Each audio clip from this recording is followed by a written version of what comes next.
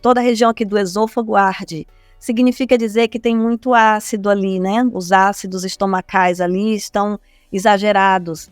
Ou às vezes a própria parede do estômago ela está um pouco mais, menos espessa. E isso às vezes acontece também porque a pessoa tomou muito omeprazol, um exemplo, né? E os prazóis, eles acabam inibindo muito, né, a produção dos ácidos e paralisando ali, e muitas vezes as células ali no estômago, que são células parecidas com borda de escova, né? Então, essa bordinha aqui começa a diminuir de tamanho.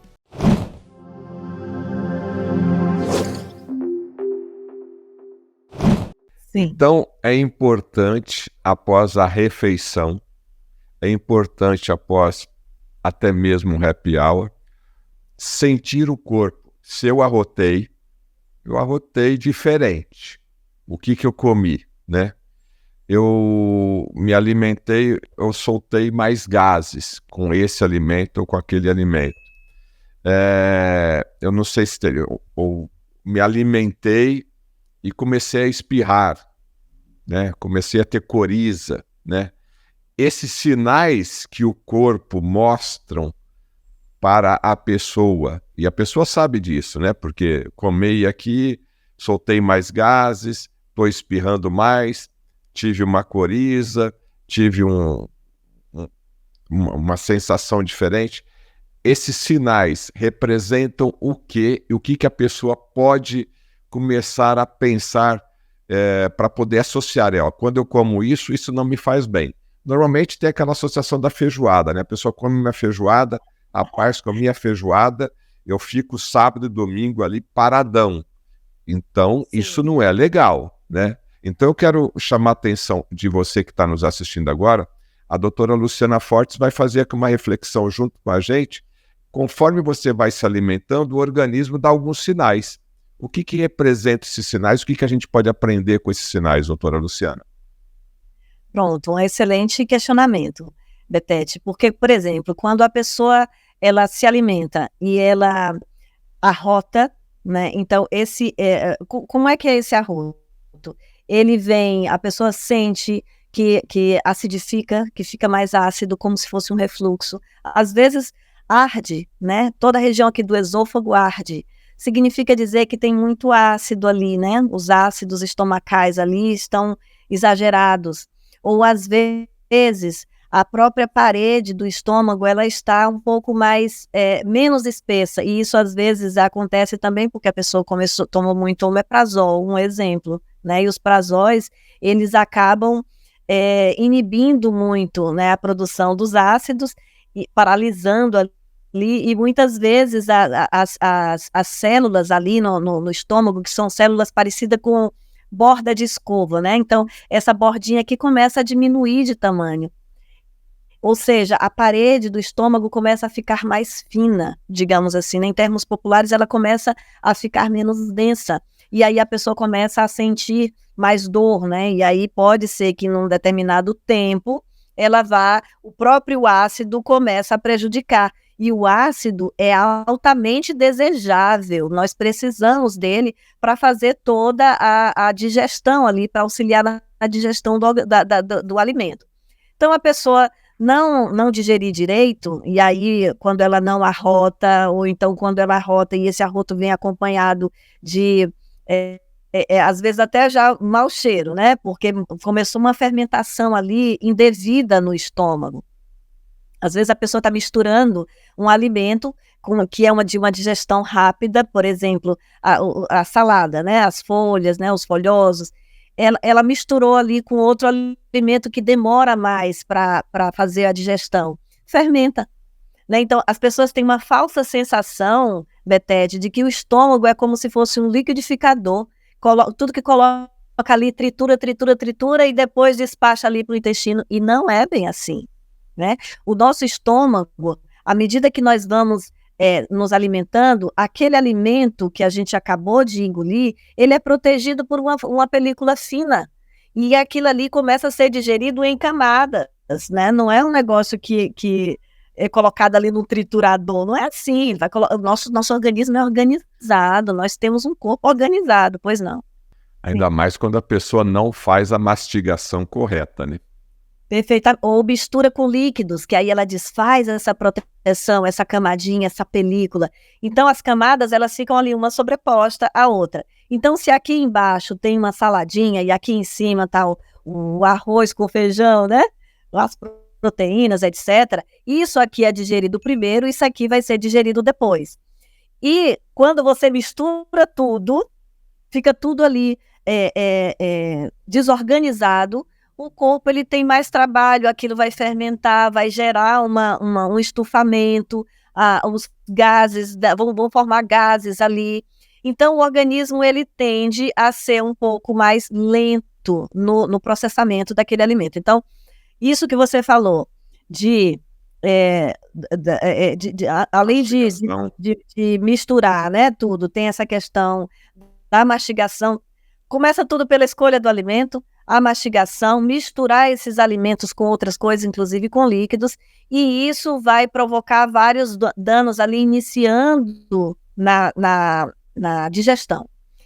Quando a pessoa começa a sentir a azia, o refluxo, ou então o estômago muito pesado, então às vezes a pessoa sente uma sonolência extrema depois de comer determinados alimentos, ou seja, ela saiu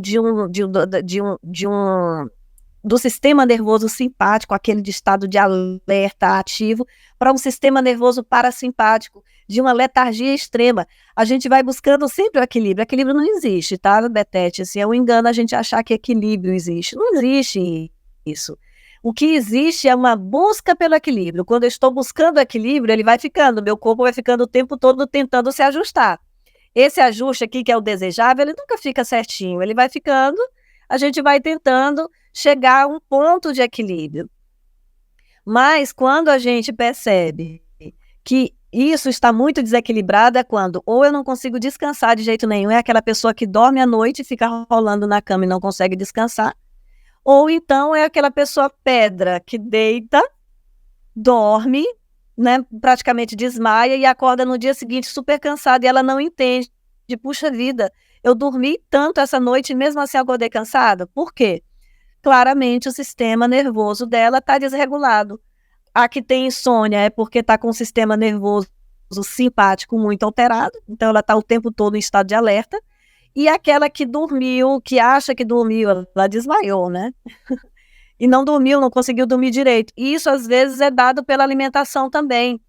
Pode observar, Betete, até as mamães que dão muitos alimentos ali, o leite para a criança, ou que fazem alguns mingaus para o bebê, para a criança, como um complemento à amamentação, por exemplo, tem vários desses alimentos que você dá para a criança e em seguida a criança dorme, que parece que é uma pedrinha ali, né? Ela não é que seja um repouso, ela praticamente desmaiou. Muita comida, muito alimento, que o organismo sente muita dificuldade de processar. Então, a pessoa fica mais letárgica, mais lenta. Isso acontece também com os adultos, tá? Eu estou dando o exemplo do bebezinho aqui, porque é coisa das mães, né? Mas com os adultos acontece. A feijoada, por exemplo, muitas vezes. Por que é que vem uma laranjinha normalmente, né, na feijoada? Porque a laranja ajuda nesse processo digestivo. É, inclusive, uma das únicas frutas aceitáveis, digamos assim, após a refeição, né? Porque outras mais atrapalham do que auxiliam a digestão. A laranja, ela auxilia. Atenção, atenção. Vamos lá. Doutora Luciana, qual ou quais as frutas que podem ser usadas como sobremesa logo após a refeição? Existem frutas mais adequadas para você ingerir após a refeição? Qual é ou quais seriam essas frutas para serem saboreadas após a refeição?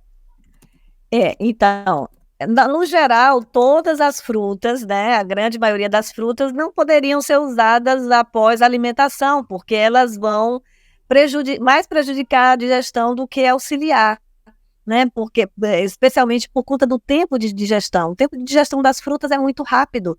Então, se você colocar após uma refeição, por exemplo, um arroz, feijão, uma proteína animal, aquilo, o organismo vai ter que esperar digerir aquele alimento inicial para digerir a fruta. Então, uma das pouquíssimas exceções nesse caso é a laranja, e a laranja com o bagaço, tá, Betete? Não é o suco de laranja, tá, gente? O suco de laranja não é desejável em nenhum dos casos. Nem como lanche, nem como digestivo, nem nada. Mas a laranja, ela auxilia, sim, a digestão. Ela contribui com esse processo digestivo se você consome principalmente com o bagaço. Existem outras frutas, né? O abacaxi, por exemplo. O abacaxi é ótimo, tem várias enzimas digestivas, inclusive uma das mais importantes, a bromelina, é retirada do abacaxi. Então, o abacaxi também auxilia. A gente até vê, né, Betete, em algumas churrascarias, serviu o abacaxi também junto com as carnes. Ainda mais com canela, né? Canela que põe, né? Muitas vezes sim. Mas o abacaxi também seria aceitável. Existem outras frutas que, inclusive, por tradição, as pessoas costumam colocar nos pratos. Maçã, por exemplo, é muito comum a gente ver. Mas porque a maçã também tem ácido málico, e o ácido málico é muito bom para a digestão, para auxiliar, inclusive, ao fígado a processar muitos dos nutrientes ali.